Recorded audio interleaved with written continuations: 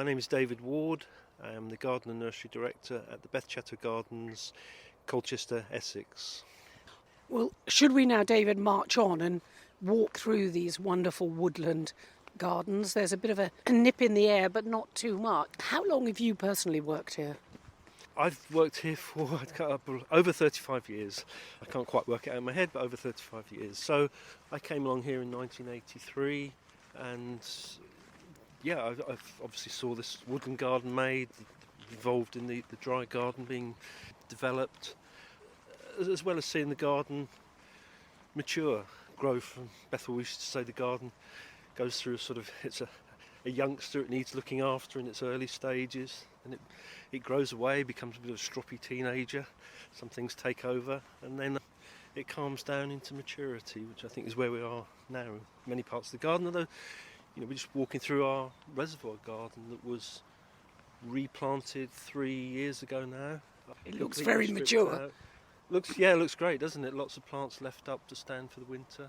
This is actually an area of clay soil, so we've had to it's a box that we've ticked now. We're a sandy, gravelly garden essentially. The water garden's obviously wet and silty, and this is a garden based on clay. So we've had to, again, look at the plant choice, and it's allowed us to grow lots of plants that like clay soils. And on our left is a lake. That's our farmer's reservoir. So when that was dug out, when it was expanded in 1976, the clay was put up onto this reservoir garden, and the idea was to mix it in with the sand and gravel, but it never really quite happened like that. We ended up with a seam of clay over the top of sand and gravel. So probably, maybe like many sort of building sites, perhaps, you have a bit of false soil over the actual original soil. So you can see what it's like. It's pretty wet down here, pretty clay soil. You told me to put on sturdy shoes. I did, We're now going past a bamboo canopy, which is lovely. You're crawling under it as well. There's a bamboo corner. And now we hear the sound of trickling water too, and streams. So this is really the kind of English country garden that most people dream of.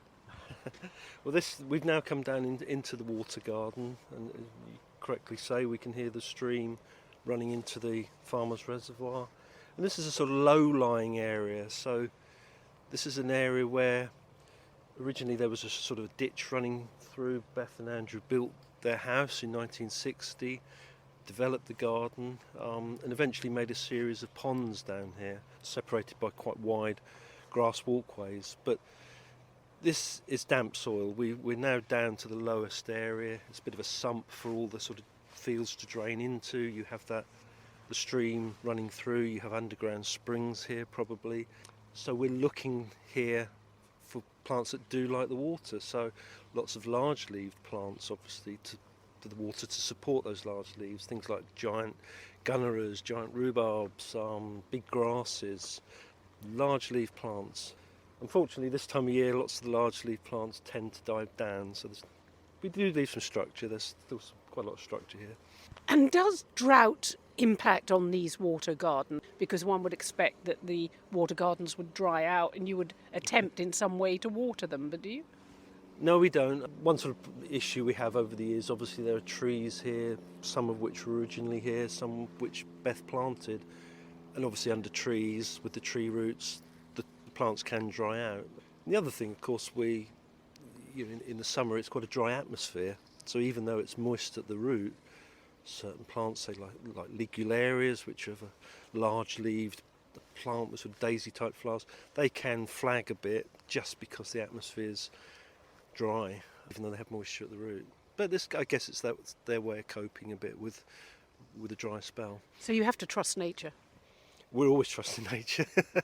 We're gardening with nature. We're gardening. We're not trying to force nature's hand. We're going along with the conditions we have. We don't want to change. I mean, we're very fortunate in Essex to have this moisture, so we're going to make the most of it. Well, we're now going to cross the little bridge going over the stream, but a colleague of yours is raking the lawns of the leaves that have fallen on it. But let's just ask the question about lawns, because if there are hosepipe bans, people really do want to water their lawns. How do you keep your lawns looking so lush and green? Well, they look lush and green because of the moisture down here. We never have to water these lawns to keep them green. The soil here is wet even in the summer when we walk on it, which we're actually roping it off a bit because we had quite a lot of foot traffic, and we do have a path around the outside, so that's what we're doing now, and we're just levelling off some of the lawn's so wet it's moved a bit. So I have to constantly manage it, but it's green for that reason. We don't feed it, we don't weed kill it or anything like that. We do a lot of spiking because it is actually wet, quite moist, and we do have to keep the drainage. So we do add a lot of sand and do a lot of spiking. But no weed killer? No weed killer, no. We don't mind if there's a few weeds in there, as long as it's green. We can cope with a bit of clover. There's occasionally if there's dandelion pops in it gets grubbed out, but we don't weed kill, no.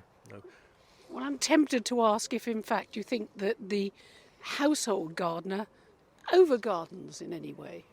You seem to be saying, be a scientist, get to know your soil, trust nature and work with it, whereas you may sometimes feel that gardeners are working against nature, cutting back, cutting down, replanting. Yeah, in many ways gardens do work against nature, in many ways. You for one, grass, which is the most popular plant in the country, basically lots of people have a lawn.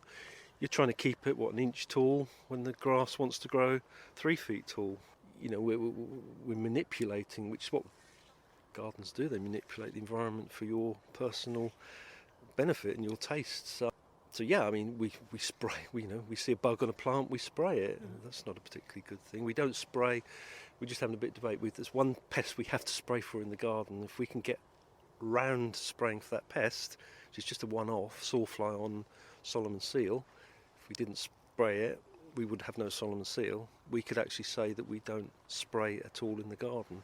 So yeah, and we have holes on our hostas. We try and sort of concentrate on using safe slug bait for the ones that are important. This year actually we've hardly used any slug bait at all. We certainly don't use the metaldehyde, the blue ones, the old blue ones. So we use slug bait that's based on iron and phosphate, breaks down into the soil and actually feeds the plants as well.